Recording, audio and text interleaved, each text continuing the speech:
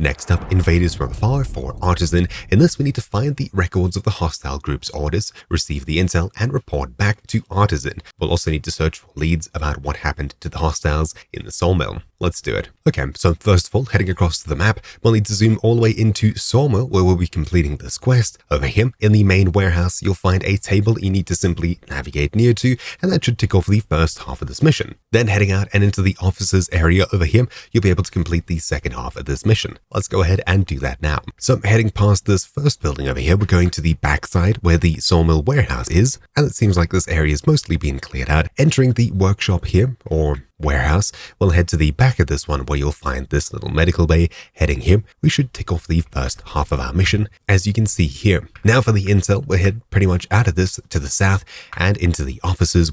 Heading into this office over here, what we need to do is pick up the notebook on the table as such and take these back to base. I'd recommend keeping these in your back pocket for safekeeping. When we get back to base, we can hand in Invaders from Afar, so we'll hand over the intel and complete the mission. So thank you for watching. Mine has been Troubleshoot, and I'll see you all next time. Ciao.